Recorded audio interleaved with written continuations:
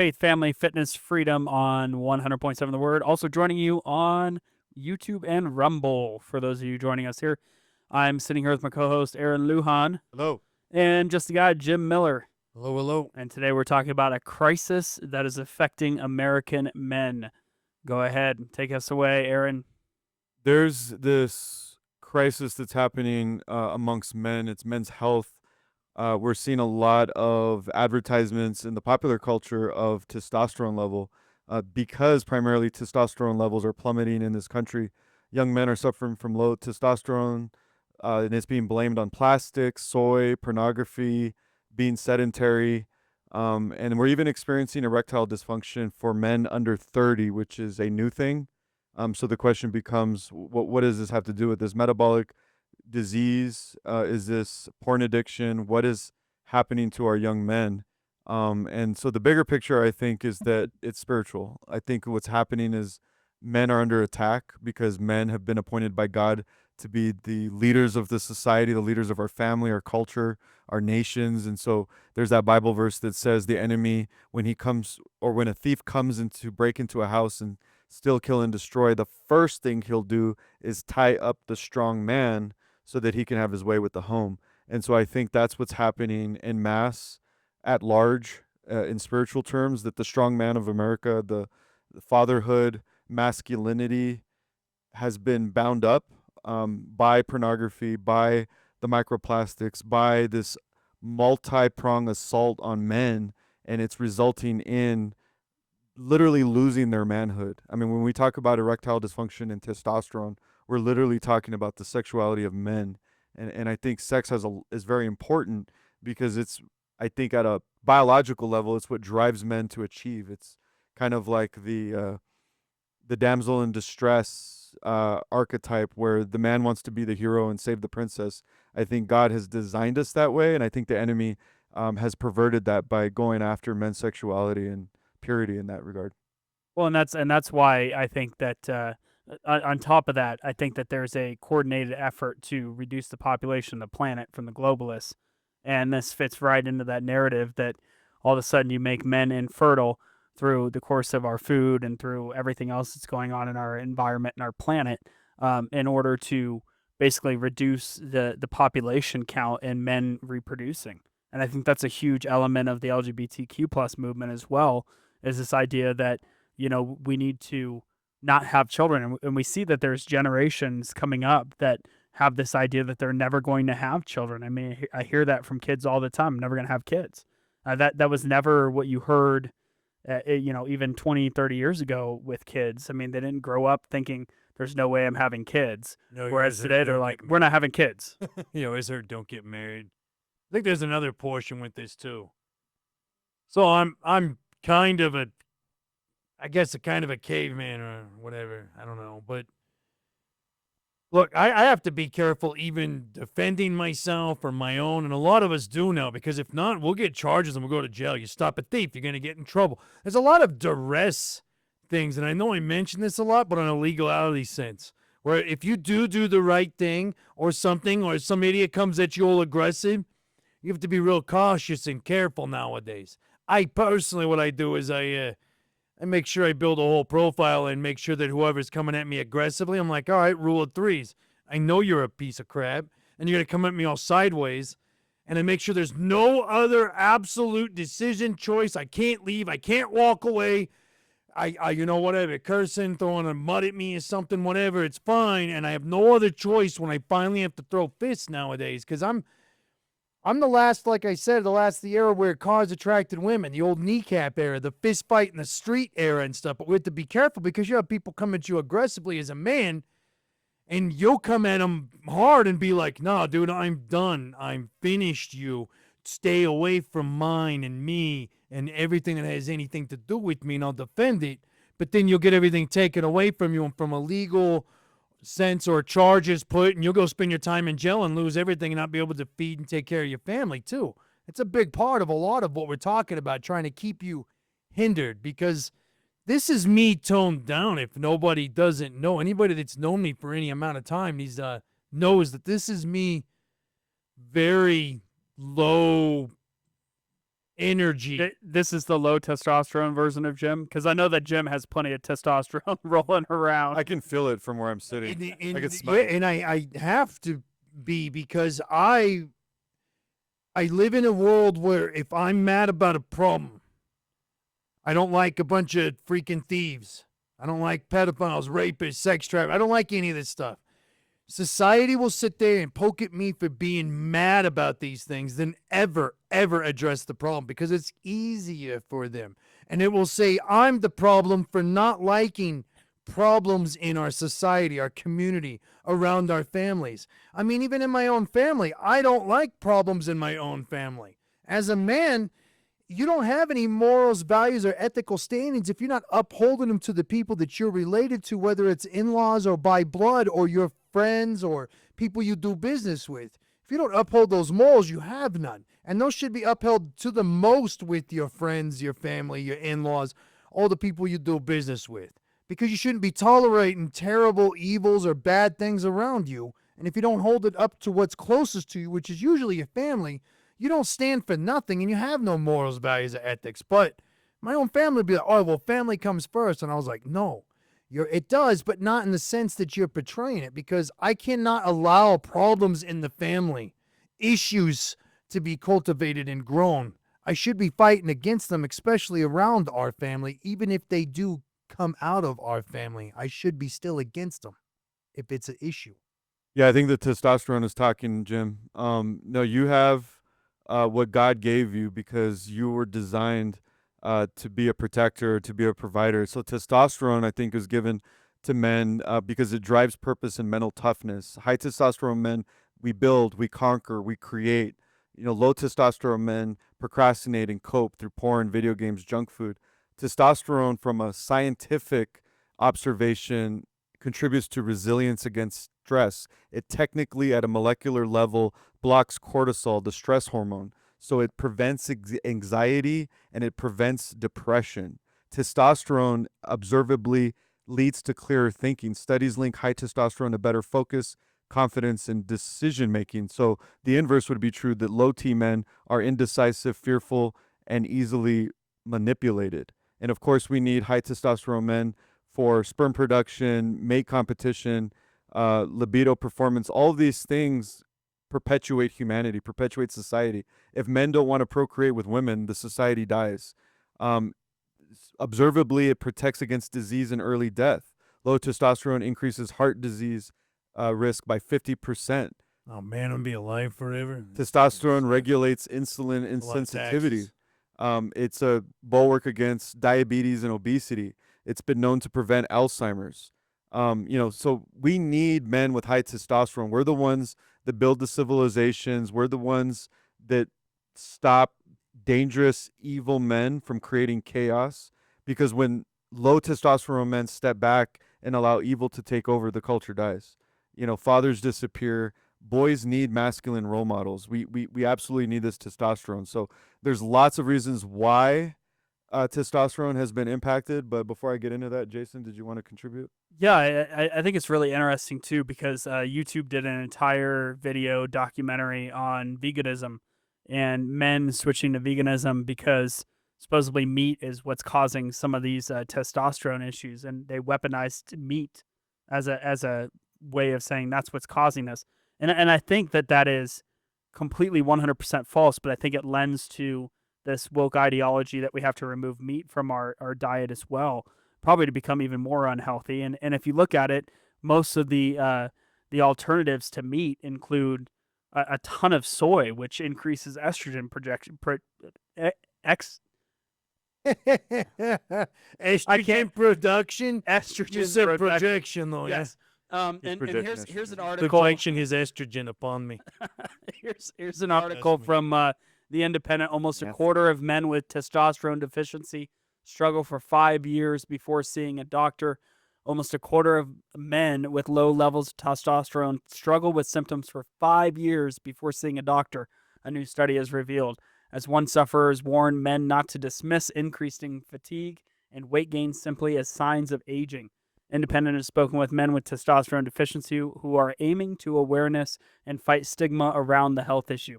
as misinformation leaves, some attempting self-medication with Love that supplements. lady. Misinformation. She's cute. Everything was just feeling harder and I was more tired physically and mentally. I started putting on weight more easily. I just put this down to getting older and middle-age spreads, said Lee Arnett from Nottingham. So let's talk Terrible. about the actual numbers, because I think that this testosterone epidemic is an engineered decline. This is nothing natural or organic. There's been a 50% drop in the last 50 years. Since the 1970s, average testosterone levels in men have plummeted by 50% according to JAMA. What's JAMA? I see them cited a lot. Journal of American Medical Association, yeah, I think so. 2021. Yeah, Sperm count Medicaid thing. Sperm count collapse. Sperm concentration has dropped 62% since 1973, according to the Human Reproduction Update of 2022. Young men affected most. 20% of men under 30 now have testosterone levels of a 70-year-old, according to Urology of 2020.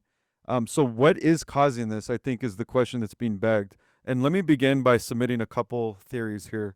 Number one, porn and digital weakness.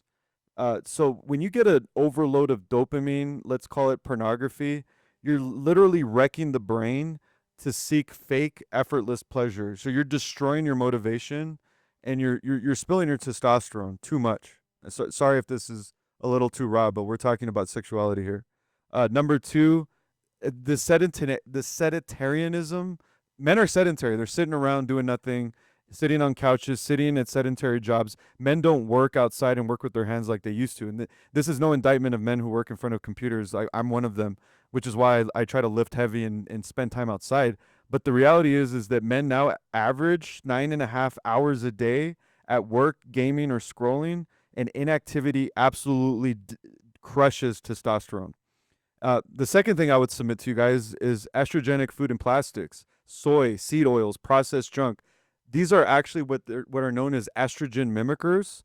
So we're literally feminizing the male biology. And if anyone has been out in public lately, like I was at Bank of America the other day, and I was just met with this guy. He was just like really soft spoken, and are you here to cash the check today? And there was nothing masculine about this guy. He was a young man, probably in his early 20s.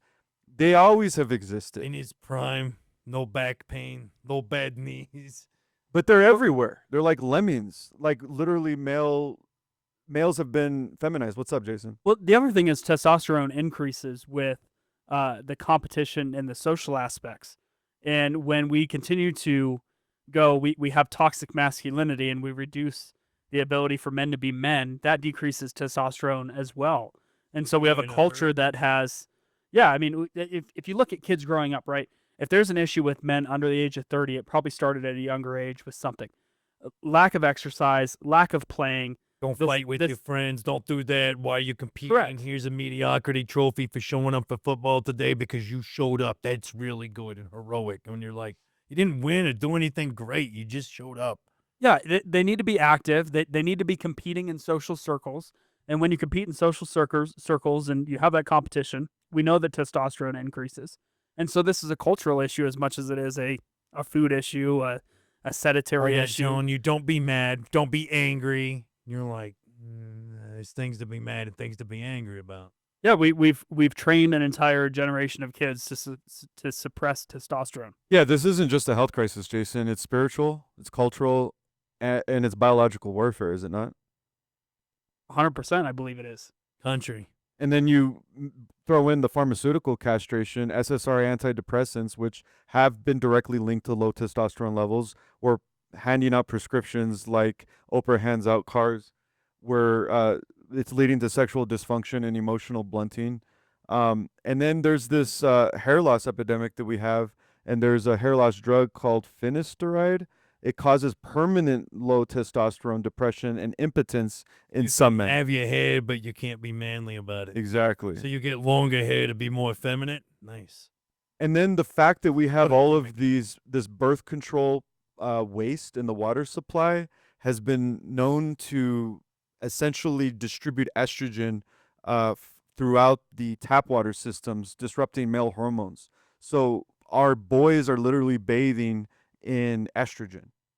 And Shower and drink from a crick. I have a water filter on my shower head, because I'm literally that concerned with my son's testosterone level, and I'm not joking. Like I am constantly thinking about what can I do to preserve and optimize my son's testosterone level. And guess what? He's 7 years old. I'm not going to lose this battle.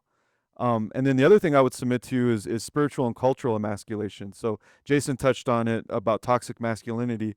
The only thing that I would add is this lack of mission. I think men need to have purpose. They need to struggle. They need to be responsible. And today, those values are not celebrated. Men are told to find the easy way out. They're told to, make life as convenient and as easy as you possibly can. The hashtag Netflix and chill culture. Yeah, continue to be complacent and complicit, and they do. You talk to some of these kids, and they're like, "Oh, well, I didn't know. I didn't want to get in trouble." I was like, "Get in trouble for what? Thinking for yourself or doing something for yourself? Yeah. Taking a risk, trying? Yeah. Because they think they're gonna get in trouble. All these young men that don't have any good male role models around, they do. They think they're gonna get in trouble for just trying stuff. I'm like, what? You don't need a big group or a thing. Just take a shot. Well, society is paying the consequences for weak men. Number one, we have rising depression and suicide. Male suicide rates are 3 to 4 times higher than women right now. We don't talk about this. There's no marches. There's no pink ribbon wearing. There's no NFL campaign to stop it. There's just this quiet epidemic where we're losing our men 3 to 4 times the rate of women. Failing marriages and birth weights. We have weak, low testosterone men who are not pursuing their families, are not pursuing women. They're not starting families. And the ones that they have, they're not fighting to keep them. Women are walking away with literally everything. We have a collapsing workforce of productivity with passive, unmotivated men who simply don't want to build, lead, and innovate. Guys, the countries and the nations of this world are only going to be as strong as their men. And if their men are not innovating and developing new drugs and building new software and building buildings and innovating in all the arts and the sciences, we're gonna die as a culture. Look, you're right. You're right. You're very right. Look at the military recruiting videos from other countries versus ours. Look, I don't know. Just after talking about this, I'm like, man, we need to go out and get in a fight with somebody just to make it balanced out. And so, go out there, get in a friendly fight with a friend or something, boys. And you know what, men, young men especially, your point and purpose, you got to kind of find that for yourself. Mine's taking care of my family and making sure the next generation's solid and can do better than I ever did. But you figure out what yours is so you have those goals and start pursuing them. And don't sacrifice your manhood for being just part of the herd. Yeah, this isn't just about hormones. This is about survival. So I'm gonna give you a quick short. Man, this is what we need to do. Delete the porn, limit the screens, lift heavy, run fast, eat meat, eggs, and raw dairy, sleep in darkness, sleep long, sleep hard, and find a mission. Find God, build a family, build a future, build purpose. Don't just seek comfort. Jason? And be around other men. We're going to take a brief time out. When we come back, we're going to continue this conversation on the testosterone epidemic in this country. Oh, yeah. Welcome back to Faith, Family, Fitness, Freedom. I'm Jason Lipo with my co-hosts Aaron Lujan. Hola. And just a guy, Jim Miller. Hello, hello. We've been talking about the epidemic of low testosterone, not only in the United States, but actually across the globe. We've talked a little bit about biblically what we think that means. But Aaron, you've got something else to add to that. Why don't you go ahead? Yeah, we're on spiritual insurgency. We look at everything through a biblical lens, and we're talking about a modern event, a modern situation, crisis that we have, which is men with low testosterone. And we've already made the argument that men need to have high-level T because high-level T men is what's going to protect and defend the kingdom, the family, the culture. So testosterone is kind of at the center of this conversation. And if you look in scripture, the story of Samson, and Jim was reminding me of this, the Philistines didn't defeat Samson by strength. They seduced him. They blinded him. They put him to work grinding grain like an animal. And Satan is doing the same thing to modern men. He's draining their strength, their purpose, and their manhood. So today we were going to expose this health crisis because it's spiritual warfare. Delilah was a deception. Delilah lulled Samson to sleep on her lap, then called a man to shave his strength away. Today, the Delilahs, I would argue, are porn, video games, Netflix binges, because men are spiritually asleep in the lap of pleasure, and the enemy is shaving their strength daily.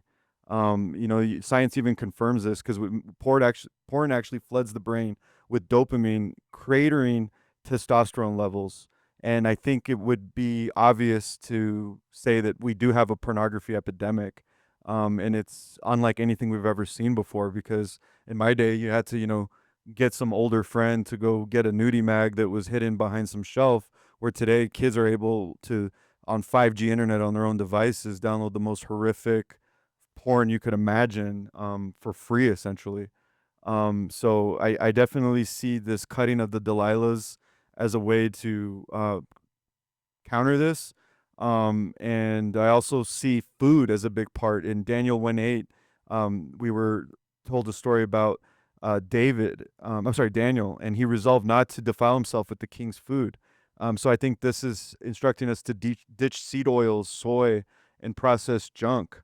And all of our answers are in scriptures. You know what? Soy is a fun word, though. Just say it But- out loud. Yeah. Soy. So both stories have some very similar commonalities too, in the fact that Samson ends with destroying more Philistines when he collapses the building than he did while he was alive.